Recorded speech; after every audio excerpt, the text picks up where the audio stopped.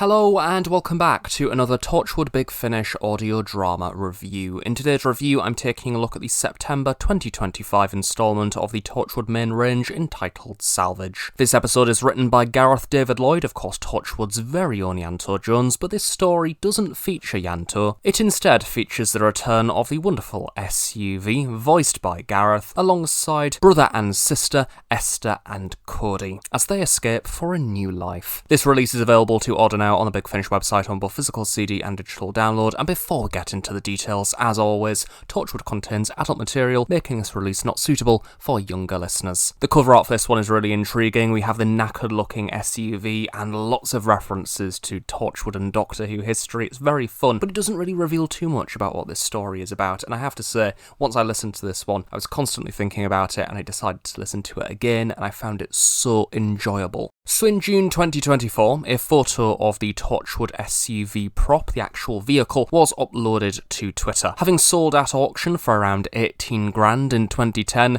the vehicle has since fallen into major disrepair. For some bizarre reason, this person decided to purchase the prop, bunged it in what looked like a back garden, hidden from public appreciation, and now it's a rusty ruin. David-Lloyd's seen this image, and he was rather sad because of it, and Torchwood Salvage was born from there. So in this story, a very angry, obsessive, slightly mad man called Jed collects alien artifacts. He will acquire them through any means necessary, including violence. He really isn't a nice person. And he has an obsession with the SUV in particular. He wants to find out the answers behind this car and what it does. In fact, this obsession is really sinister. But one day, brother and sister, Cody and Esther, stumble across his junkyard and they want to run away to Cardiff, away from their current lives. And it is time for the Torchwood SUV to have one final journey. I think that this story feels really poetic and celebratory of Torchwood. It digs into the memory of Torchwood as an organisation, and whilst not featuring any of the main human characters from the show that we know, it still carries a really special, almost anniversary spirit. I really love this story, despite it featuring no characters that we have ever met before, apart from a vehicle. Can you really call that a character? I don't know. It's a really interesting concept to explore. It feels very after the fact. The era of the show that we know of is now long gone, so it feels as if the listener is checking in with Torchwood, a bonus chapter, a peek behind the curtain. And this is something that we would have never feasibly got on screen, so it's perfect for the audio medium. And Salvage demonstrates how to tell a much smaller scale story that still celebrates Torchwood. It packs a punch and it's really enjoyable. It's really bittersweet. This vehicle has been through a lot, has been introduced to many colleagues over the years, but having been out of range and drained of power for many years, time has moved on drastically. Yes, Big Finish have covered rather extensively what happened next after Torchwood on TV with the continuation series, but from the SUV's perspective,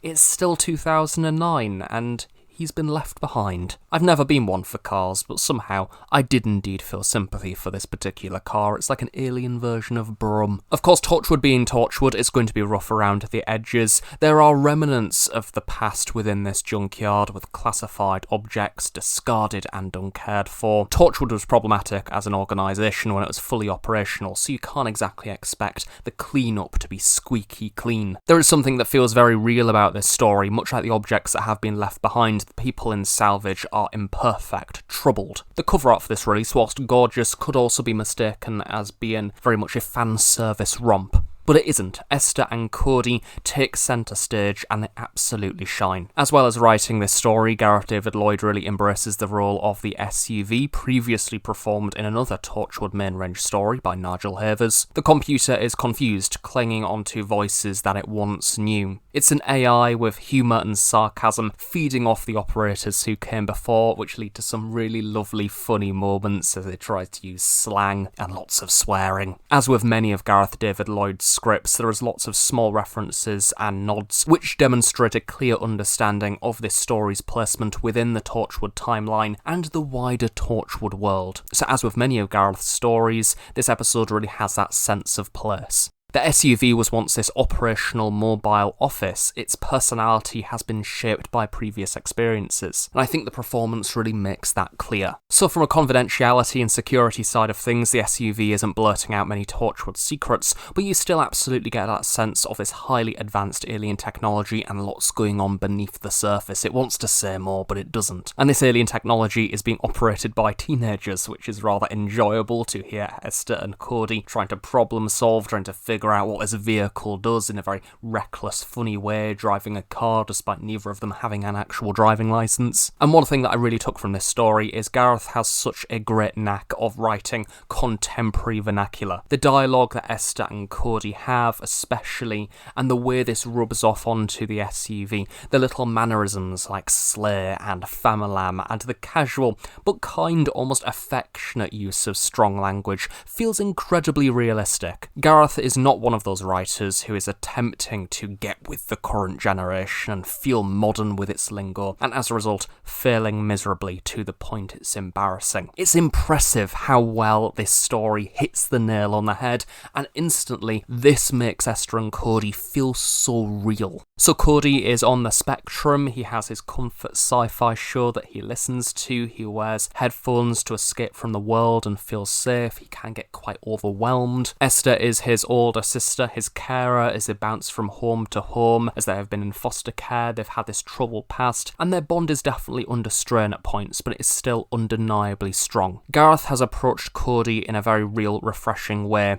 Dewey really brings the dialogue to life, the range of energy, anxiety and fear within his performance. There is so much within this audio that makes me instantly believe the character. Salvage is so vivid to imagine. Cody is very unique, he is very certain of his likes and dislikes, but the story doesn't fall into the cliche trap of my disability is my superpower and everything is fine because of that, as quite a lot of media does from time to time. Likewise, Carly Enoch is so wonderfully funny, blunt, angry, and really rough around the edges as Esther. Again, a really flawed but lovely character. I did in fact listen to Salvage twice, and I found myself utterly captivated by the way that she can hold a scene. Again, we've never met this character before. The way that she has that responsibility for Cody. Yes, Cody's traits get on her nerves sometimes, especially when they're on the run from a nutter with a gun, and Cody is more worried that there is onion in his burger. I mean, priorities. But the arguments feel genuine, a build-up of history and frustration. But there is also that deep care between them too, that's really clear. At times you may dislike Esther because she has outbursts of energy, but in the quieter moments, this serves as a beautiful reminder that she is under a lot of pressure. She's caring for this person, and at the end of the day, yes, she's in a place of responsibility, but these are two children without a family structure and stability. And whilst the SUV is technically the main draw point or focus from a Torchwood fan perspective, the listener is taken on an emotional, heartfelt journey. I do feel for Esther and Cody. I also feel for the SUV. The story acknowledges the desperation of their predicament, but also leaves hope for these characters in the future as well, a turning point. And the violence of Jed throughout doesn't leave much to the imagination. I think a moment or two to explore his background would have been welcome. I definitely got the sense that there was more to him as a character, especially his very obsessive traits, and I would have maybe liked to dig into that a little bit more. But Salvage is yet another great example of this range displaying rich character work in a self-contained narrative. I'll admit I am on a little bit of a hiatus from Doctor Who audio drama at the minute, but without fail, the production quality of the Torchwood range never fails to hook me in. They are just such an easy listening experience. It doesn't feel taxing or requiring loads of concentration. Each story is so varied and different, and yet there is a spirit and identity that ties each release together. Blair's delightful music, Toby's creative layers of sound design, it cooperates with the listener to build